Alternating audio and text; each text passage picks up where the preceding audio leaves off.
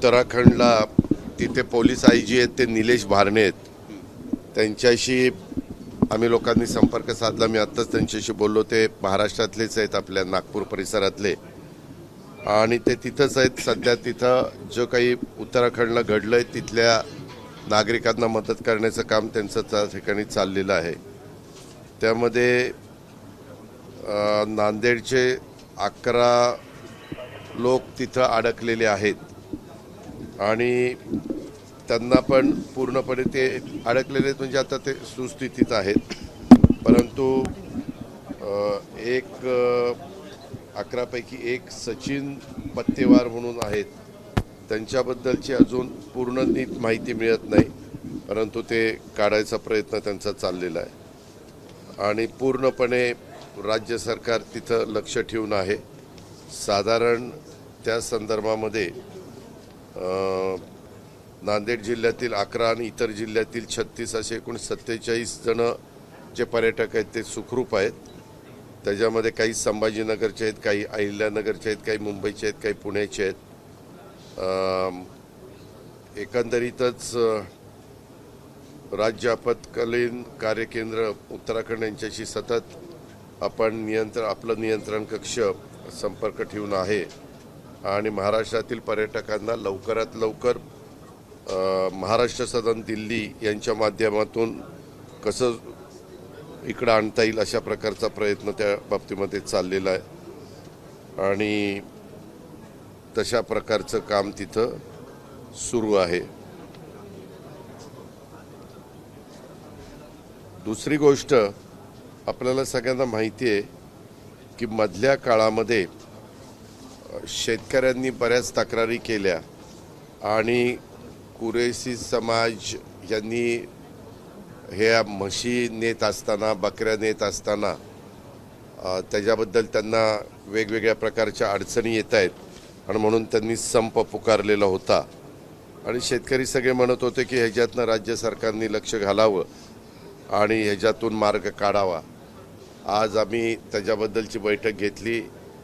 नवाब मलिक, सना मलिक, नजीब मुल्ला आणि बाकीचे मान्यवर इथं आलेले होते. आम्ही गडकरी साहेबांशी पण बोललो.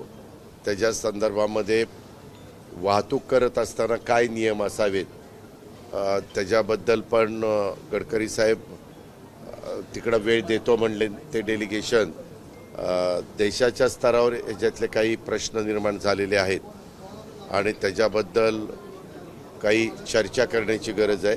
तर ते म्हणले की ते डेलिगेशनला इकडं पाठवून द्या, मी चर्चा करून काय मार्ग, आमचं परिवहन विभागाचं काय म्हणणं आहे आणि त्यांचं काय म्हणणं आहे, ह्याच्यातनं कसा मार्ग काढता येईल तो मार्ग आम्ही काढायचं काम करू.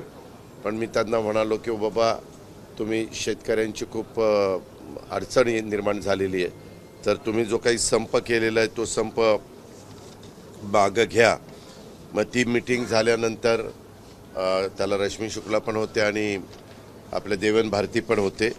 त्याच्यामध्ये आता त्यांनी व्यापारी आणि जनावरांची वाहतूक करणाऱ्या शेतकऱ्यांच्या येणाऱ्या ह्या अडचणी सोडवण्याच्या करता शासन प्रयत्नशील आहे आणि त्याच्याबद्दल त्यांनी तो संप मागे घ्यावा अशा प्रकारचं आव्हान मी आजच्या मीटिंगमध्ये त्यांना केलं.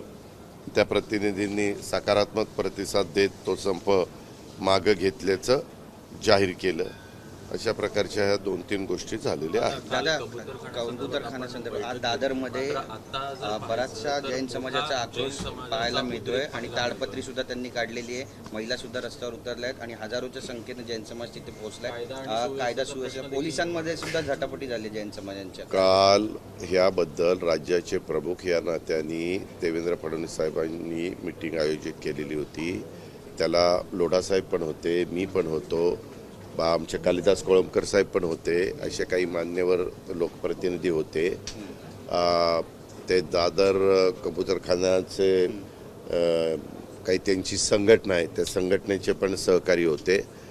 तर अतिशय मार्ग व्यवस्थित निघावा अशा प्रकारे सकारात्मक भूमिका राज्याच्या मुख्यमंत्र्यांनी त्या बाबतीमध्ये घेतलेली होती आणि राज्याच्या मुख्यमंत्र्यांनी पण आपल्या गगराणींना पण बोलून घेतलेलं होतं. कारण त्याच्यामध्ये मुंबई महानगरपालिकेला काही डायरेक्टिव्ज मुंबई हायकोर्टाने दिलेले आहेत आता ती मॅटर लवकरच लागणार आहे. तर त्याच्यामध्ये मुंबई हायकोर्टाला पण गगराणीला पण काही सूचना CM साहेबांनी दिल्या. एकदमच ह्या कबुतरांचं खाणं बंद करणं, मग ते कुठं जाणार, त्यांना कुठं शिफ्टिंग करता येईल. मग त्याच्यामध्ये पण चर्चा झाली की बस संजय गांधी उद्यान आणि इतर ज्या काही मोकळ्या जागा आहेत की जिथं नागरिकांचा संबंध जास्त येत नाही. जसं नागरिकांना राहण्याचा अधिकार आहे तसं पशुपक्ष्यांना पण त्यांच्या एरियामध्ये जगण्याचा राहण्याचा अधिकार हा निसर्गाने दिलेला आहे. आणि त्याच्याकरता एक गोष्ट खरी आहे, जैन समाजाच्या आणि इतर पण काही मान्यवरांच्या भावना थोड्याशा तिथं तीव्र होत्या.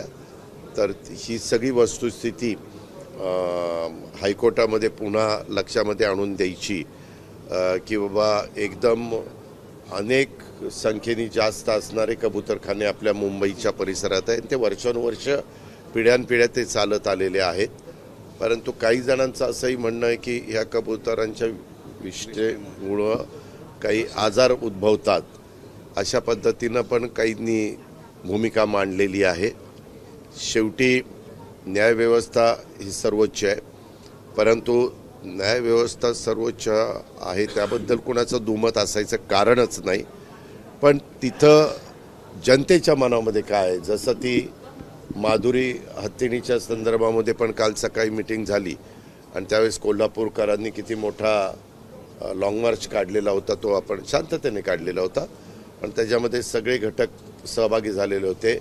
विद्यमान खासदार, माजी खासदार, विद्यमान आमदार, माजी आमदार, माजी मंत्री, विद्यमान मंत्रींनी पण काल मिटिंगमध्ये थोडंसं जनतेच्या भावनेचा आदर केला गेला पाहिजे आणि तशा प्रकारची भूमिका सुप्रीम कोर्टामध्ये मांडली गेली पाहिजे, अशा त्याच्याहीबद्दलची चर्चा झाली. तशी ह्याही संदर्भातली सगळी चर्चा झाली.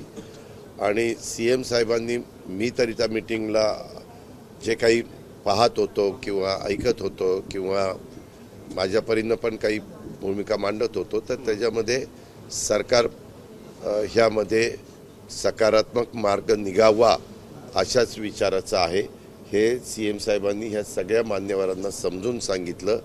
अनेक संघटनांचे तिथं प्रतिनिधी होते, तर त्यांनी सांगितलं की ठीक आहे मुख्यमंत्री महोदय, आपण त्याच्याबद्दल एक चांगली भूमिका मांडली आणि तशा पद्धतीनं कालची मीटिंग ती संपली. पण दादा, जैन समाजाला आता तुम्ही काय आवाहन करणार आहात? नाही, ह्याच्यामध्ये ऐका, शेवटी त्यांनी काल मांडताना पण तिथं अतिशय तीव्रतेने भूमिका मांडली की बाबा तुम्हाला आम्हाला जेवण्याचा जसा अधिकार आहे तसा कबुतरांना पण खाण्याचा अधिकार आहे. त्यांनाही आता तिथं कबूतर, त्यांनी तर सांगितलं की ते ताडपत्री टाकल्यामुळं तर कबुतरं तिथं मरतायत, त्यांना तिथं खायला मिळत नाही आहे. त्यांना वर्षानुवर्ष तशी सवय लागलेली होती की तिथं अनेक जण जायचे आणि खाद्य घालायचे आणि ते खाद्य ते खायचे आणि त्याच्यातनं ते जगायचे.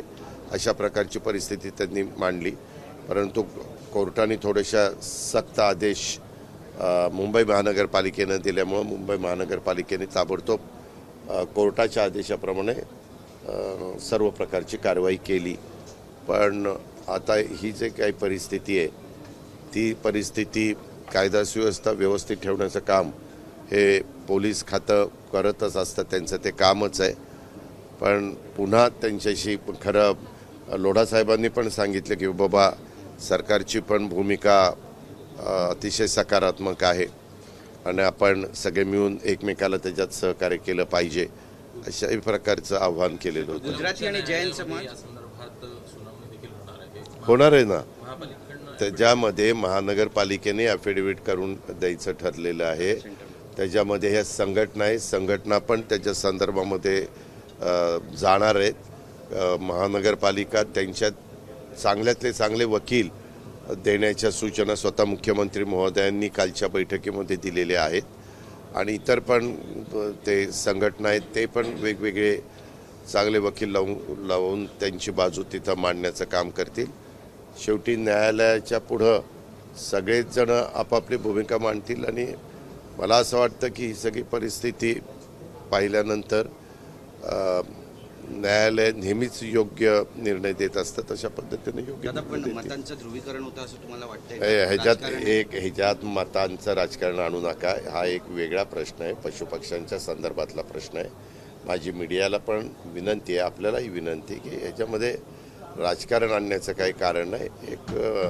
आपण माणुसकी दाखवत असतो सगळ्याच ठिकाणी, तशा पद्धतीनं पशुवर प्रेम दाखवणं, पक्ष्यांवर प्रेम दाखवणं, प्राण्यांवर प्रेम दाखवणं ही पण आपली परंपरा आहे. परंतु त्याच्यातनं इतरांचे पण काही आजार त्याच्यातनं उद्भवू नये. आता काही जणांनी तर असं सांगितलं ते खरंच आजार उद्भवतात का नाही ह्याचाही रिसर्च करा. वेगवेगळ्या हॉस्पिटलमध्ये जाऊन तपासा की नक्की हे कशामुळं झालेलं आहे. जसं सुरुवातीच्या काळात करोना आला त्यावेळेस सगळ्याच गोष्टी करोनामुळं घडत नव्हत्या. काहींना हार्टचे आजार होते, काहींना किडनीचे आजार होते, काहींना शुगर होती, लिव्हर, असे अनेक प्रकार होते. आणि त्याच्यातून त्यावेळेस काही घडलं तर करोनाने गेला असं ते बोललं जायचं. तर तशा प्रकारची काल चर्चा झाली की ह्याबद्दल पण मोठ्या मोठ्या हॉस्पिटलला त्यांचं काय मत आहे. कारण आज काही कबुतरं आपल्या मुंबईमध्ये आलेले नाही आहेत. जसं आपल्याला कळतंय तसं आपण मुंबईमध्ये कबुतरं बघतोय आणि त्याच्या आधीच्या काळात पण कबुतरं होती. ही वस्तुस्थिती आपण नाकारू शकत नाही.